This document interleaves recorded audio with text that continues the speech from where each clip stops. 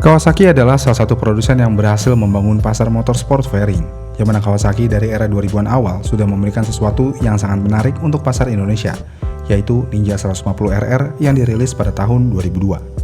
Semenjak dirilisnya Ninja RR, Kawasaki hampir konsisten selalu menawarkan motor ini di setiap tahunnya. Menariknya, pada tahun 2005, sebenarnya hampir ada kebijakan yang akan melarang motor 2 tak beroperasi di Indonesia karena masalah regulasi emisi. Dengan adanya hal ini, akhirnya Kawasaki mencoba untuk membuat sesuatu yang sama tapi bisa digunakan lagi dalam jangka waktu yang lama. Yang pada akhirnya pada tahun 2008, Kawasaki resmi mengeluarkan motor baru mereka, yaitu Ninja 250 Karbu. Ketika motor ini dikeluarkan, pasar Indonesia benar-benar heboh dengan kehadiran motor ini. Yang mana pada saat motor ini dikeluarkan, motor ini bisa dibilang sekelas dengan Moge. Ya gimana enggak, dimensinya udah gede, silinder mesinnya 2, dan jika dipakaikan knalpot racing, suara yang dikeluarkan unik. Nggak seperti mesin 1 silinder, tapi nggak juga kayak mesin 3 silinder.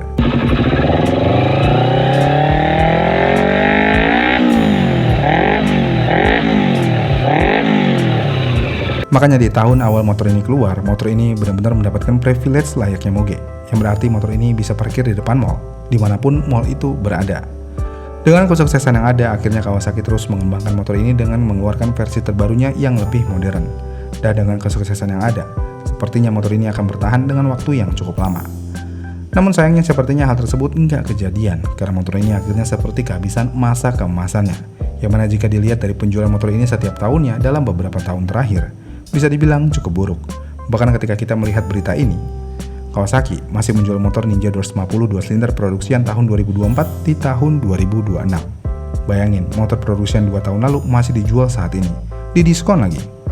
Dan ini seperti bisa menjadi acuan yang cukup kuat kalau penjualan motor ini memang sedang menurun drastis. Sayangnya penjualan ini cenderung turun ketika Kawasaki mengeluarkan motor Ninja 250RR 4 silinder. Namun di sini sebenarnya apa yang terjadi?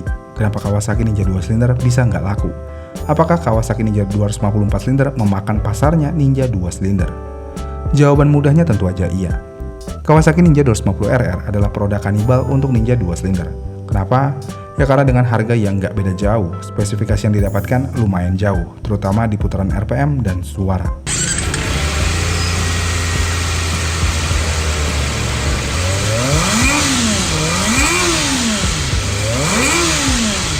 Pertama-tama kita lihat harganya. Pada tahun 2020, Kawasaki Ninja 2 silinder dijual mulai dari 64 juta rupiah untuk tipe standar dan 77 juta rupiah untuk tipe tertingginya. Sedangkan Kawasaki menjual motor Ninja 4 silinder dengan harga mulai dari 96 juta rupiah untuk tipe terendah dan 112 juta rupiah untuk tipe tertinggi. Jika dilihat dari selisih harganya, sebenarnya cukup sedikit. Misalnya, kalau kalian punya budget untuk beli yang tipe tertinggi, tinggal tambah kurang dari 30 juta rupiah aja, kalian udah bisa mendapatkan motor ini. Jadi ya, Ninja 4 silinder memang produk kanibal untuk Ninja 2 silinder. Apalagi selain harga, Ninja 4 silinder berada di kelas yang sama, yaitu 250cc. Yang berarti Ninja 250 2 silinder benar-benar udah tidak ada kelebihan sama sekali jika dibandingkan dengan Ninja 4 silinder. Tapi nih, walaupun Ninja 4 silinder menjadi biang masalah utama yang membuat Ninja 2 silinder nggak laku lagi di pasar, sebenarnya ada faktor lainnya, yaitu pasar motor 250cc memang sudah cukup ditinggalkan. Misalnya, kita bisa melihat data penjualan Kawasaki Ninja 2 silinder pada tahun 2015. Pada tahun 2015, Kawasaki Ninja 250 bisa terjual sebanyak 14.000 unit. Namun pada tahun 2017, motor ini hanya terjual sekitar 7.500 unit aja. Yang berarti penurunan minat terhadap Kawasaki Ninja 250 2 silinder sudah terjadi sebelum Ninja 4 silinder keluar. Namun yang menarik dari ini semua adalah, walaupun penjualan Kawasaki Ninja 2 silinder mengalami penurunan yang cukup konsisten, tapi uniknya Kawasaki Ninja 250 2 silinder hampir selalu menjadi motor sport fairing 250cc terlaris di setiap tahunnya. Misalnya, kalau kita lihat data penjualan per bulannya pada tahun tersebut, Kawasaki Ninja bisa terjual sebanyak 216 unit, sedangkan CBR 250RR terjual sekitar 107 unit aja, dan Yamaha R25 terjual 41 unit aja setiap bulannya. Jadi ya, minat terhadap motor 2 silinder di Indonesia benar-benar hampir mati. Dan sayangnya lesunya minat terhadap motor 2 silinder terus terjadi setiap tahunnya, yang pada akhirnya lagi motor ini akan semakin ditinggalkan. Dan jika kita melihat data penjualan per bulannya, yang mana Kawasaki biasanya yang selalu memimpin pasar dengan Ninja 250 2 silindernya, gimana kondisi R25 dan CBR 250RR saat ini?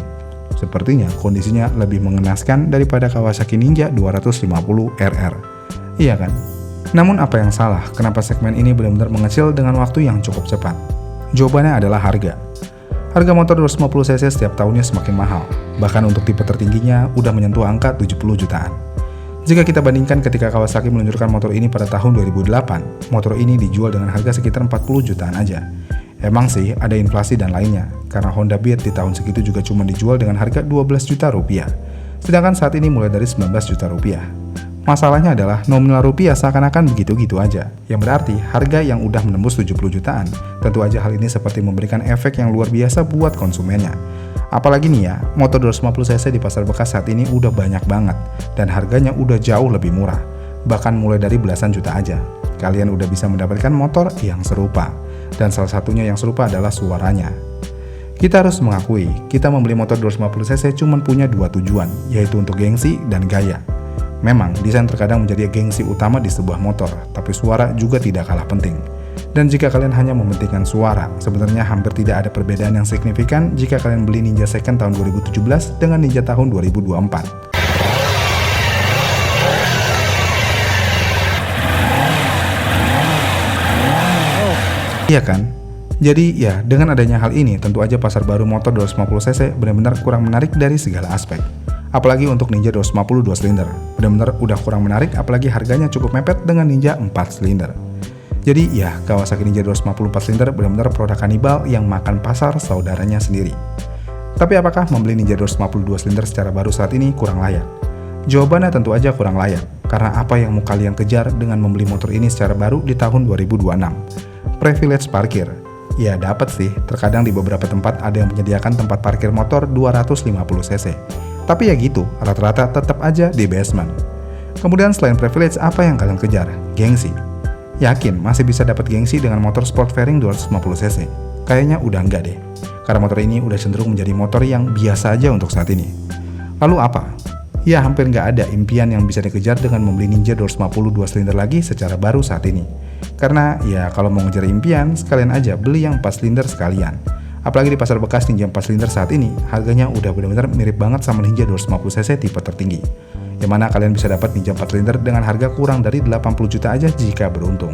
Tapi ya rata-rata masih dijual di harga 80 jutaan sih, tapi nego. Dengan kondisi ini, kasarnya nih ya, Ninja 250 4 silinder benar-benar makan pasar 2 silinder dari segala sisi. Pasar bekasnya kemakan, pasar barunya kemakan. Intinya walaupun segmen 250cc benar-benar mengalami penurunan, tapi Ninja 4 silinder emang benar-benar produk kanibal untuk Ninja 250 2 silinder. Dan hal itu adalah hal yang mutlak. Iya kan? Gimana nih menurut kalian? Komen di kolom komentar di bawah ya, dan sampai jumpa di video selanjutnya.